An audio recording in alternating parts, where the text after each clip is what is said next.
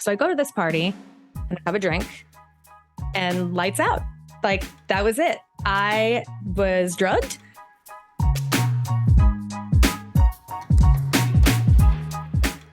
Progressive is America's #1 motorcycle insurer, so we understand motorcycles. No, really, we have a bike translator. Okay, this is awkward, but this bike says he'd appreciate it if you removed his skull pattern saddlebags. He feels self-conscious about them around all the other bikes, and he says you're not fooling anyone. You mostly ride with your golfing buddies. Listen, I'm just the messenger here.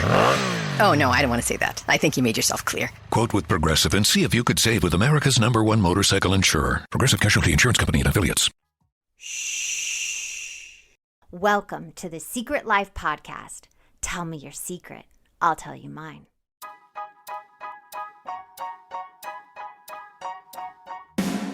Sometimes you have to go through the darkness to reach the light.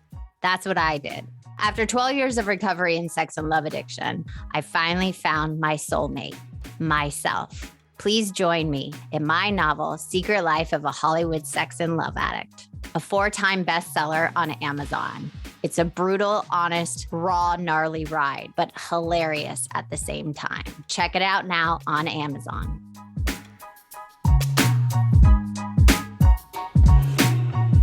Welcome to Secret Life Podcast. I'm Brianne Davis-Gant. Today, I'm pulling back the curtains of all kinds of human secrets. We'll hear about what people are hiding from themselves or others. You know, those deep, dark secrets you probably want to take to your grave, or those lighter, funnier secrets that are just plain embarrassing. Really, the how, what, when, where, and why of it all. Today, my guest is Sarah. Now, Sarah, I have a question for you. Dun, dun, dun, dun. That was a different one. Dun, That was dun, dun. What is your secret? Well, my secret is that I survived human trafficking, but now I run a nonprofit helping people try to get back on their feet after trauma. Wow. Oh my God. Yeah. Okay. So I'm so glad you reached out to me. I'm so glad we're talking about this. And I was going to tell you before, but I stopped myself because I'm a chatty Cathy with you. But human trafficking and all that, I don't understand. I know it happens, but I think the empathetic part of my brain can't even imagine that it's actually happening in this world. So I need you to educate me and hopefully my listeners. So what's your story? What happened? Take us to that moment, because I don't understand how this happens. Yeah. And, one of the things I want to preface with is that human trafficking has so many arms. There's labor trafficking, there's sex trafficking, which was my experience. There is even intimate partner trafficking where, people get in relationships and their spouses farm them out. That's a terrible way to put it, but you know what I mean. They sell them. And so what I've learned on my journey since going through this is how layered it is. It's insane to just pull back the curtain and go, oh my God, it's not just like the movie Taken, right? Like people tend to think of that like, oh, you get thrown into a van, and that wasn't my story. That's not most of the traffickers that I've met with and talked with. That's not their story either. There's many more common other areas. So for my story, I think it's important to kind of go back a little bit as to how I got there. Yeah. Please. Because my upbringing, like, it was ordinary. It was middle class. My parents are amazing. I have a great close family. Mm-hmm. I'm not somebody that I almost consider myself privileged in a way. Like I wasn't rich by any means, but I had a roof over my head. I didn't experience a lot of the socioeconomic things that a lot of people who find themselves in this situation endure. Yeah. But for me, I was like people pleaser to the core. Okay. Ooh, so yes, I know nothing about that. Yeah. I've read your book, by the way. And I was like, yes, I get it. Check. Thank you. Thank you for identifying with me. Yes, I feel you. But, what that translated to for me is I didn't allow myself to feel emotions. It was everything's always fine. Everything's fine. We're good. Everything's okay. I've got this. And one of the things that everybody I've known has always said to me is like, oh, you're so strong. And like, really, I'm on the inside, just this ball of pent up emotions. Yeah. So what that translated to for me is, like I said, my upbringing was super normal. My parents divorced when I was almost done with high school. So it isn't like oh my God, mine too. Really? That's crazy. Yes. Because even people but that's still traumatizing to you. Doesn't matter when divorce happens, when you're an adult or in high school or young, it affects you no matter what, whether you want your parents to divorce or not. I just have to say that.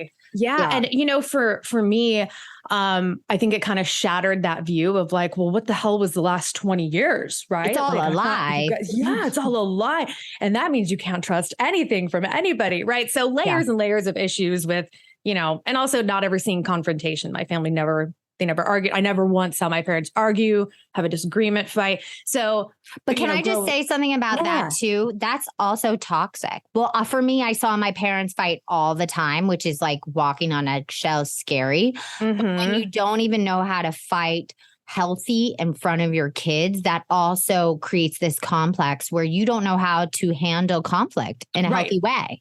Exactly. So you couple that, right, with being a people pleaser. So I mean, I'm like a walking doormat. Not anymore. I've done a lot of therapy, but I was like, she's not anymore, people. She's not done the anymore. work. You cannot step all over me. But what happened, where life kind of shifted for me, is my brother, who was a year older, he was in the military and he passed away. I was 19, he was 20. That was really hard, right? Yeah. So my parents couldn't really handle it because, again, we don't feel our emotions. Everything's fine. So I took care of everything. I flew out to his Air Force base, packed up all of his stuff. I coordinated all of it. It was exhausting. But Can I ask how he passed away? It was in a car accident. So oddly enough, he had just gotten back from deployment. Of course, that always happens. I know. It's so like crazy. People get through the rough part and you're like, oh, thank God they're safe. And then back on home turf. Just freak car accident. So it was really awful and really hard to deal with. And, death in and of itself is hard, but when it's somebody young and it's unexpected, it's like, I'm not even remotely equipped to deal with this. So I went into worker bee mode, and that was when it was, okay, well, I'll take care of some of the logistics and help my parents any way I can. And you were 20? I was 19. He was 20. Okay. So you were 19 and then taking all that responsibility, that is an adult's responsibility on top of it. You are not developed at 19 to handle the death of your brother, let alone taking care of all of that on top of it. Exactly. It was a lot. It was a lot. So instead of taking the time to grieve, I stuffed those feelings. And it was like, I feel fine. Everything's okay. I had a couple of days of a really big cry, but it was like, all right, we got work to do. We got to take care of his life, right? His remaining things. So, stuffed all that. And I never really paid much attention to it beyond that. But then in my early 20s, I got pregnant unexpectedly with my boyfriend, and we made the decision to have an abortion. And I know you've had other guests on in the past, which are amazing. If anyone hasn't checked out those episodes, they're really powerful. I love that you're promoting my show on my show. Thank you very much. But it's so good. Like there was that episode recently about somebody who had multiple abortions. I was like, my heart was just pouring out because I'm like, oh my God, it is such a hard decision. And it is such a hard decision. And no woman's like, yay, time for an abortion. Yeah. Like nobody's like that. No one wants to do those things, but it's like a decision we get to make with our bodies and our futures. But thank you. That's it. Exactly. And, at the time I was working in fashion. So I'm from LA, and I was working in fashion and didn't have a steady paycheck. And my boyfriend at the time did not have a steady job. He was like a musician. Like we were not equipped to be parents. And we recognized that. And we were like, let's take this really difficult step and make this decision. So there's a couple of different ways to have an abortion. There's like the pill, and then there's like the actual like. I've done both. Yes. Yeah. So I did the pill one, and it was brutal. Horrible. It was horrific. Horrible. It's actually, you go through birth, just so you know, because I did it. That's how I did it. And then I had to go to the doctor because it didn't go all the way. And the doctor said, I don't know why they have these pills, because it's like your body is going through labor and you're doing it at home, and it doesn't 100% work. And he said it's brutal. It's so interesting that you say that, because that was my experience too. So I go back to the doctor and they're like, oh, it didn't fully take. And you're like, what is happening inside my body right now then? Like, what? So they gave me more of the pills to take to like finish the job, I guess. Yeah. So going through that twice back to back was really traumatizing. It was, oh my God, so traumatizing. There is already that guilt that you're carrying, right? Yeah. And then there's that. And it's like, oh my God, like, is this some kind of sick joke? Like what is happening here? So, they obviously gave me pain pills for that. And then they continued to give me pain pills because I had to do it again. And I'm rolling my eyes just so you know, people. Exactly. I know. I saw that and I was like, I feel that. But you know, and at that point in time, there wasn't as much scrutiny, I think, on the opiate addiction levels and all that. But, you know, and especially when you're dealing with that kind of trauma, you take it and you're like, oh, I don't feel anything. Wow. I feel nothing at all. I'm completely numb. I'm fine. This isn't that bad. I'm totally fine, which my emotion stuffing self was all over that. Like, oh, great. I don't have to feel anything. Like, oh, I love this.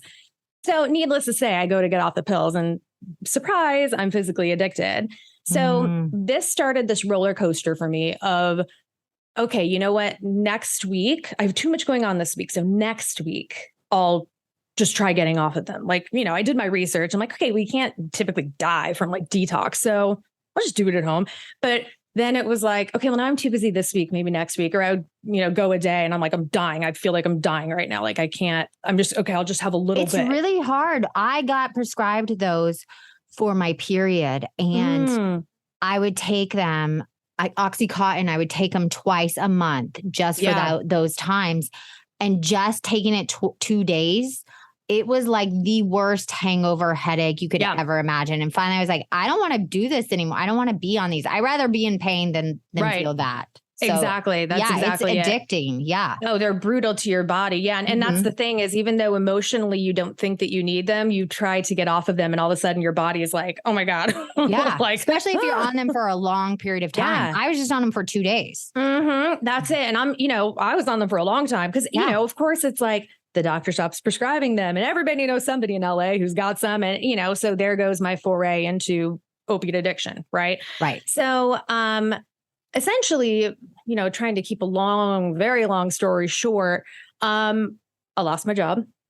My car got repoed. My life was falling apart because I was falling apart. And I kept thinking I was holding it together.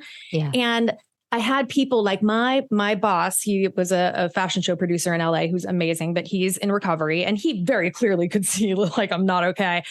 And he tried to help me and get me to go check in somewhere. And I'm like, I can't. I just can't. Like, 'cause then what? Then what? Then you have to admit defeat, and then your whole persona is completely thrown, and that in itself is like a part of you dying, and you didn't want to admit defeat.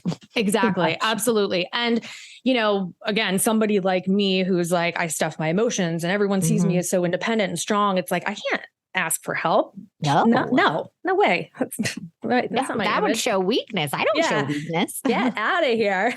So then I was, you know, trying to stay at my mom's house. I stayed there for a little while. She got sick of my shit, obviously. And I started couch surfing.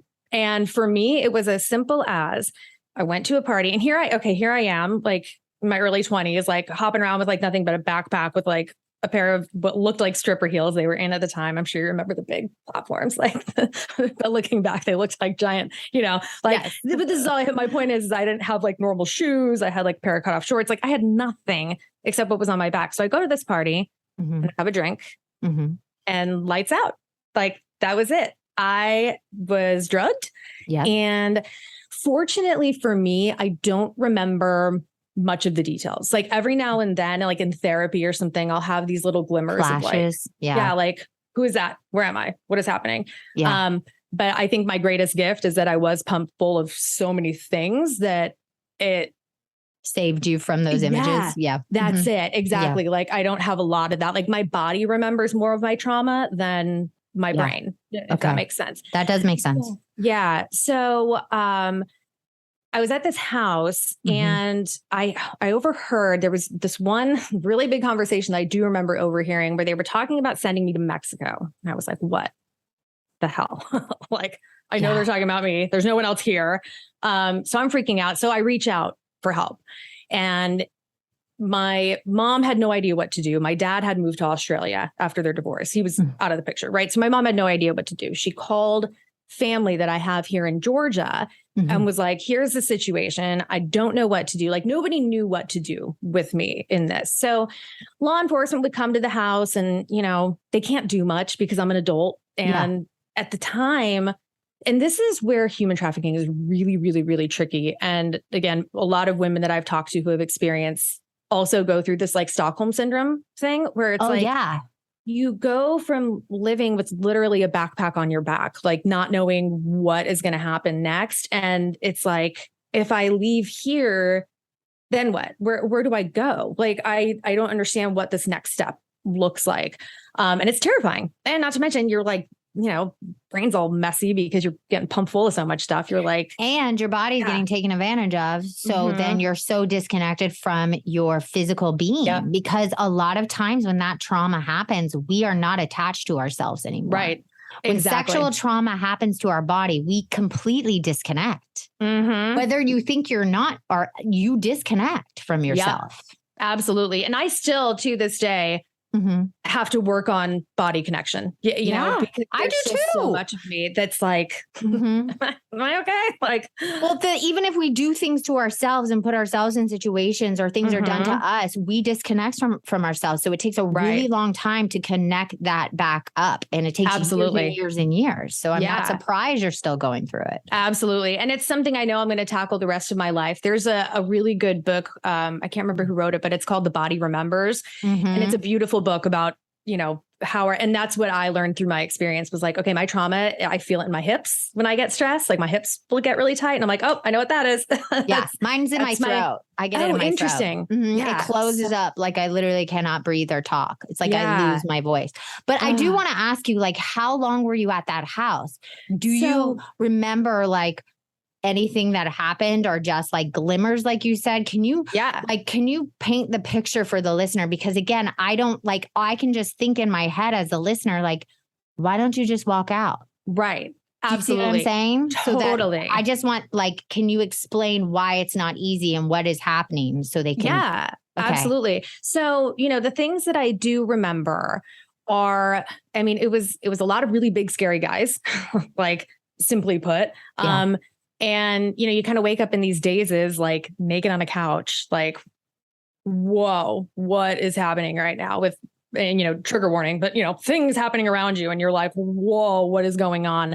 And then there was a couple of times that I woke up, just my legs completely bruised up, like black and blue. And, that's when that connection of like, oh, I'm in trouble here. This is not just some like party that won't end. There's like some really serious darkness stuff happening here. Yeah, exactly. But total, I want to say combined, like in that house, I think I was there for like 3 weeks. And then I was moved to a different house. And the second house was really interesting. I obviously can't name names. This person's now in prison, so it doesn't really matter. But he, you're in LA. The people in LA who are really close to big people who think that they're one of them, like they're inches away, but they're not quite those people. He was one of those. And so he like knew everybody.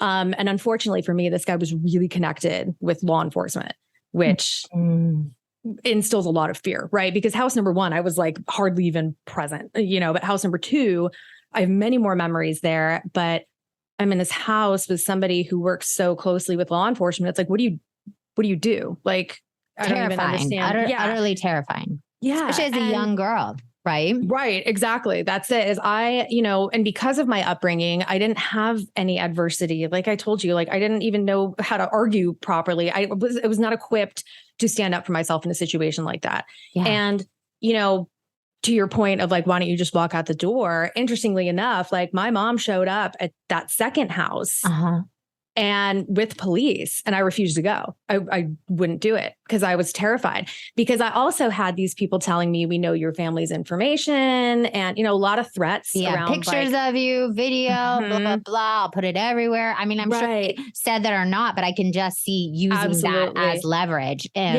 like, what do? You're like, held hostage. Exactly. So, and one, even more so than just things about me and because at that point, my self-esteem was gone anyway. I was like, whatever. You were empty. You were just, like try to hold that against me. You're just done. Put whatever pictures you want online. I don't even care anymore. But with my family, it was like, we know their bank information. We know that, and there were like threats of like going after my family in financial, physical, other ways. And so that's where that fear of like, okay, well, I'm in this situation, but they're not, and they don't need to be. It's just it's just better for me to be here and be quiet. Right. I'm just going to. Can I ask you a question with that? Like, even like amplified with your people pleasing and codependency and all of that, like the threat for the family, but it's also like you're disconnected from them now. Right.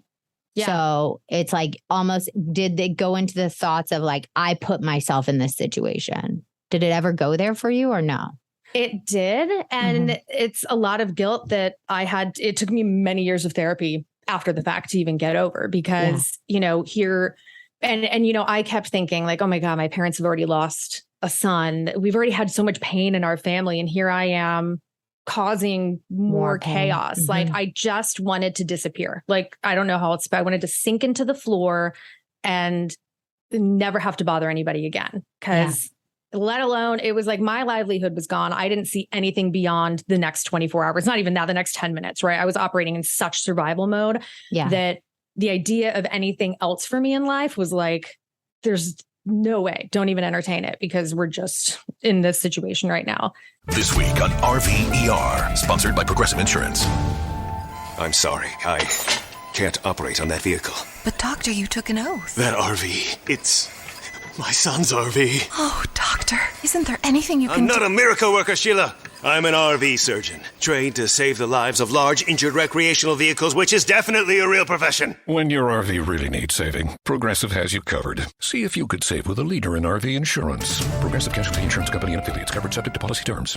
But it just started from you being at a party in LA and it was that easy, drugged up, right?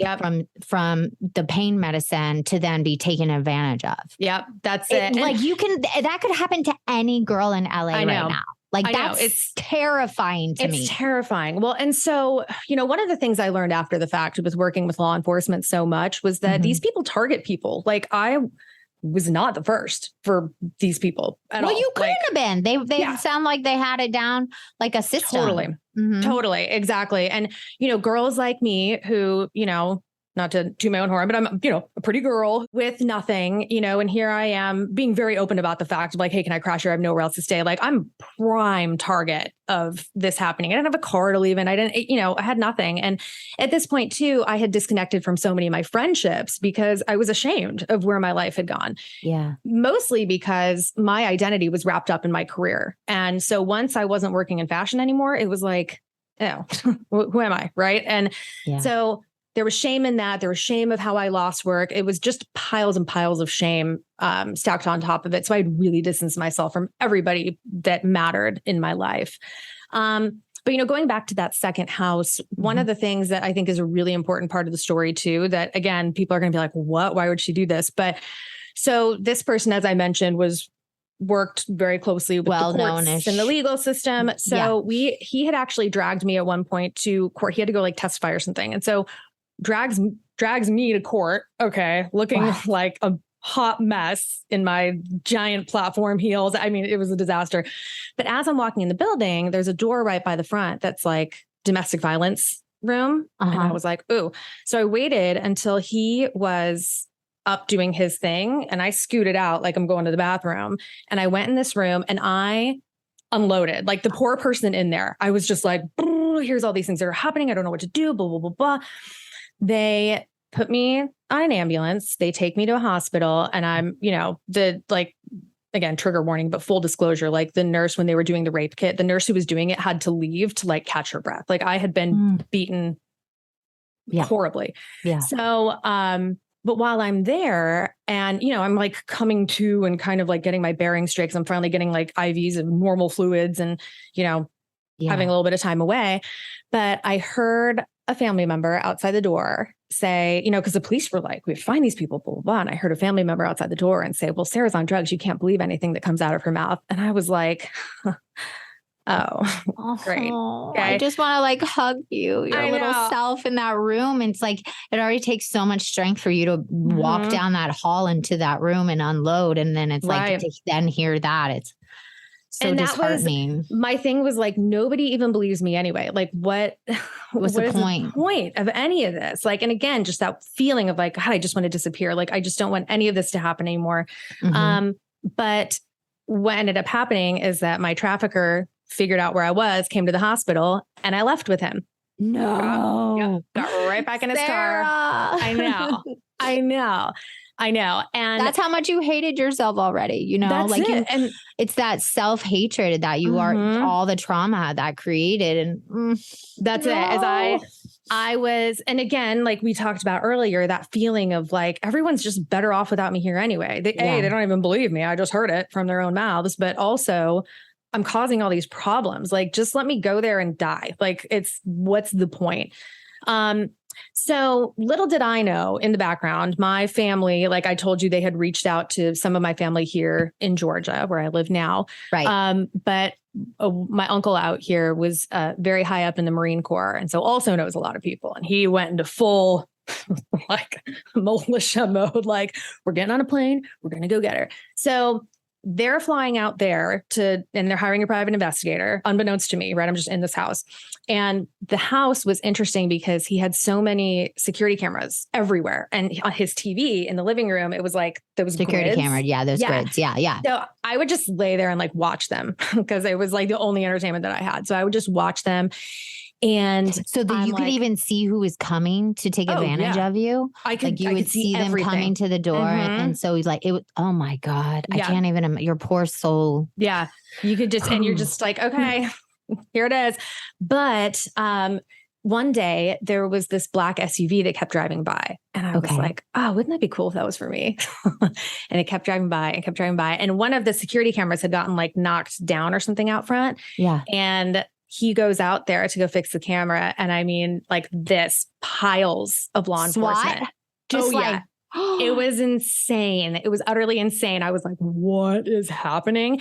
So I go out, like the cops come out or come inside and get me. And I look out there and there's my family from Georgia. And I've never ran so fast in my whole life. I was getting emotional when I talk about this part because it's really sweet.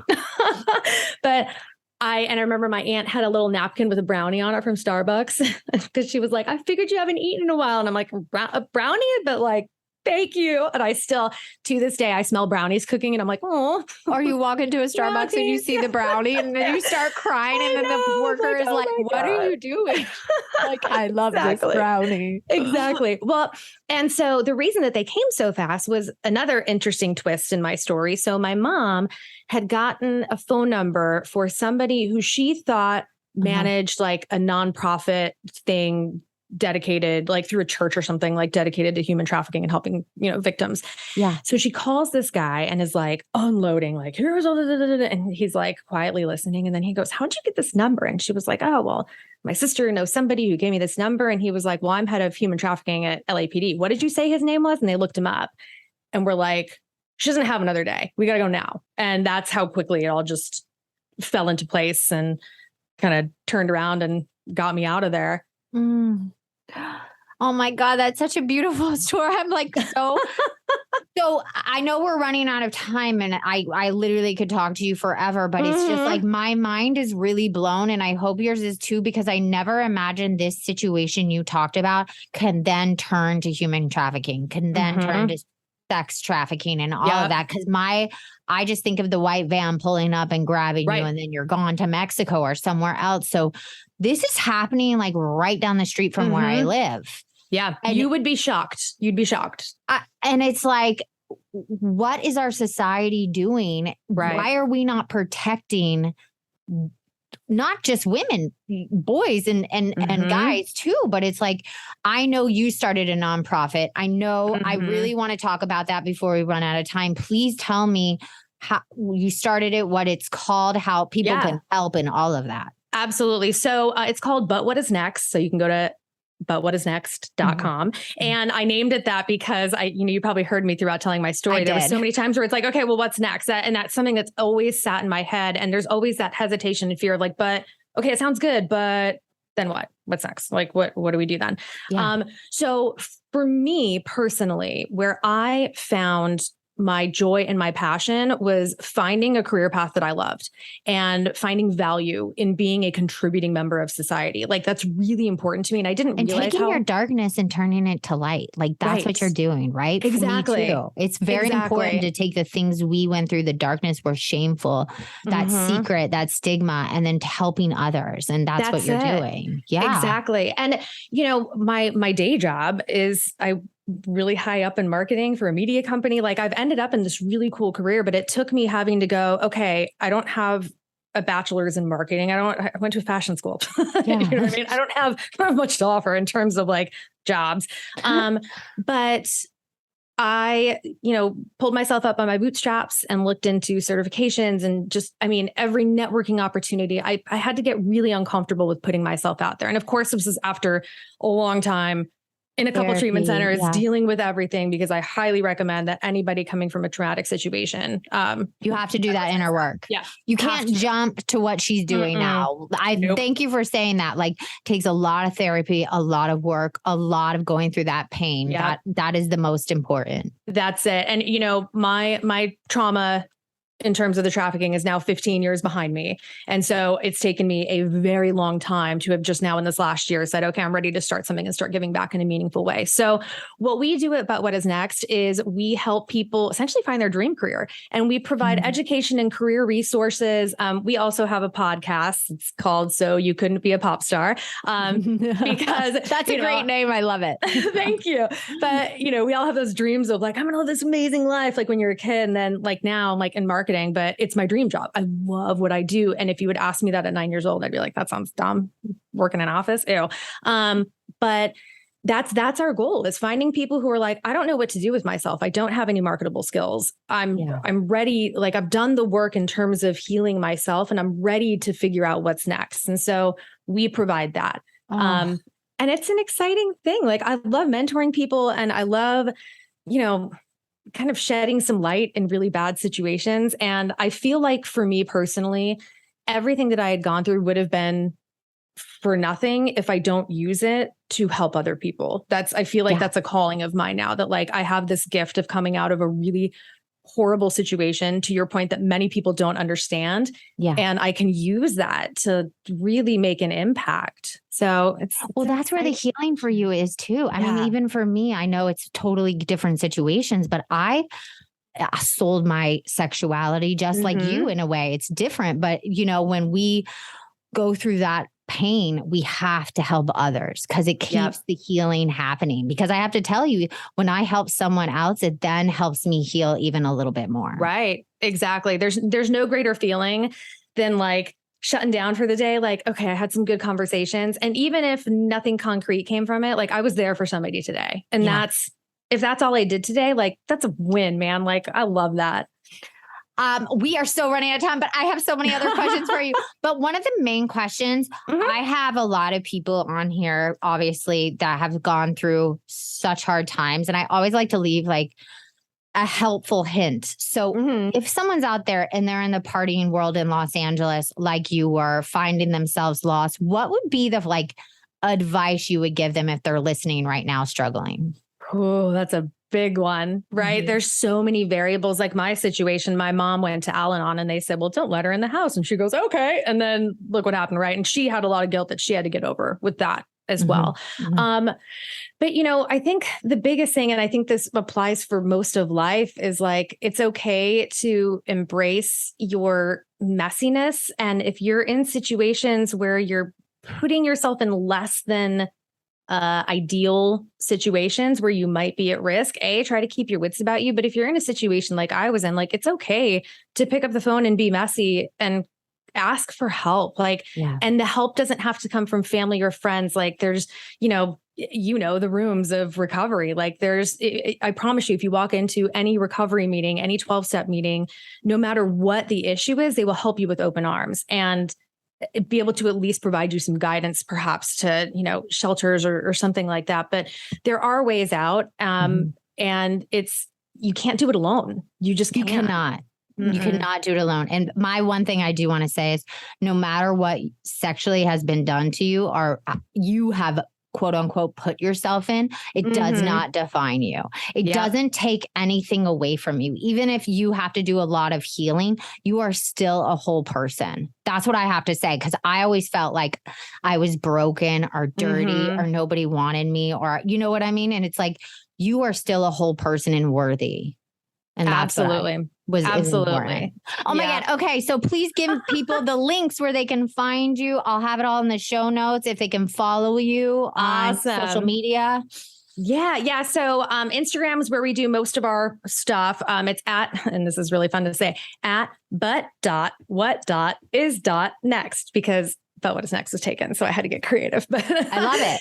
So there, and then obviously the website, butwhatisnext.com. Lots of good information on there. We keep it up to date with like blogs, and we're obviously linking to the podcast. And the podcast too is really fun. It's really just focused on helping you find your career path. And so we talk to people who love their careers, how they get there, how are they balancing a 9-to-5 with their passion. Hopefully give some people some guidance when they're looking for their career path. So it's called So You Couldn't Be a Pop Star. Anywhere you get podcasts.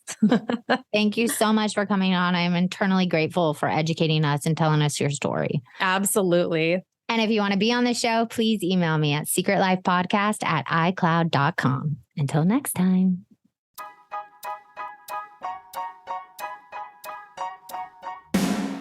Thanks again for listening to the show.